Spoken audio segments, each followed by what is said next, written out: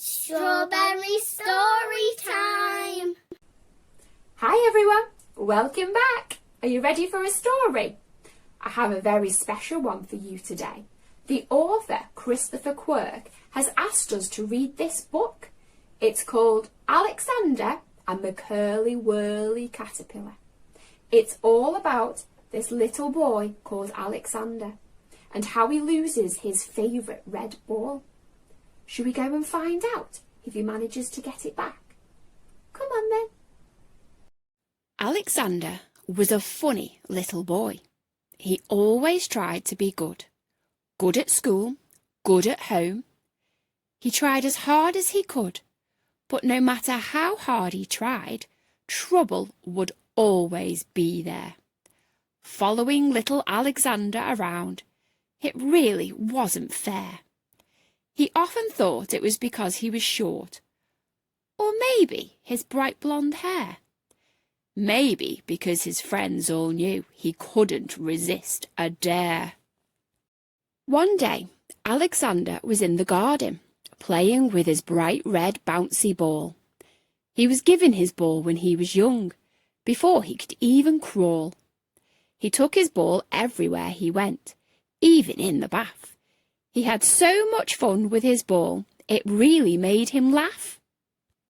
He bounced it on the wall, he bounced it on the floor, he bounced it on the garden fence, he bounced it on the door. He bounced it on the window, he bounced it on the ledge. He bounced it so very, very high, it landed in the hedge. The hedge was thick and scary. It was dark as the night, with massive, massive, prickly thorns. It gave him such a fright. Alexander really loved his ball. He couldn't leave it alone. He had to go in and get his ball and bring it safely home. Alexander got down on his knees. He was crawling in the mud, over logs and past some trees and even flower buds. This scary world was very strange, like nothing he'd seen before. With still no sign of his ball, there was nothing he wanted more. His knees were really dirty, his clothes were really torn. Alexander was starting to regret the shoes that he had worn. He felt he had crawled for hours. This bush went on and on. He wondered whether Mum and Dad would know where he had gone. It was starting to get darker. His ball was nowhere to be seen. Alexander began to worry now if he would ever be clean. Suddenly something caught his eye, a sudden glimpse of red. Could it be his ball was here? Was it resting just ahead? He crawled and twisted through the bush, forgetting all his fears. If he didn't find his ball, he could be here for years. As Alexander got to the source, his hopes began to lag.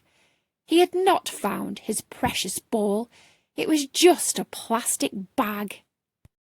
The little boy sat down on the floor. He knew that he was lost. He was cold, wet and very dirty, and the floor was starting to frost. Alexander let out a sob. I wish I had my ball. It was starting to get quite late now. Mum would not be happy at all. A drip began to fall down his face, and his tears started to pour. The tears were running off his cheek and into a crack in the floor.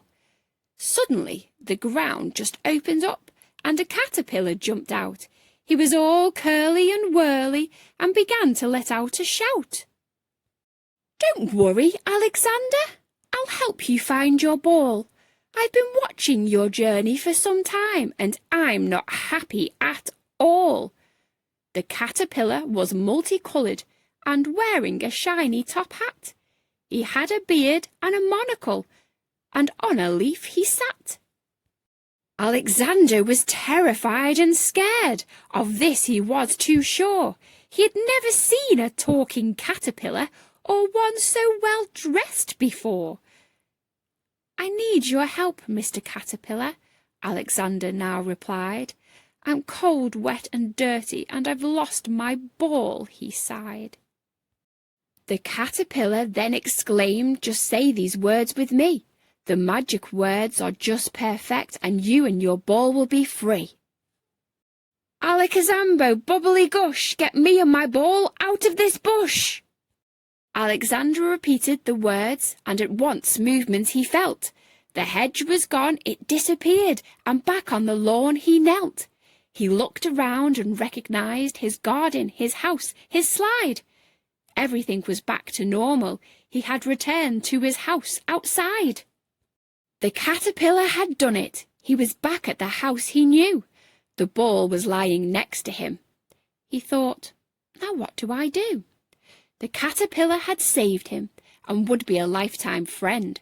Alexander went back inside the house and never in that bush again. Alexander said hello to Mum. He noticed the look on her face, but something wasn't normal.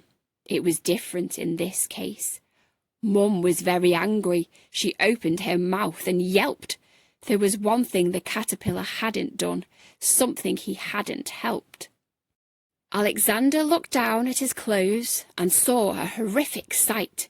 His clothes were still ripped and dirty, and Mum had almost gone white. I'm all wet and muddy, thought Alexander. This mess Mum could never contain. Mum looked very, very mad, and Alexander was in trouble again. I hope you liked that story. Wasn't the Curly Wurly Caterpillar so magical and fantastic?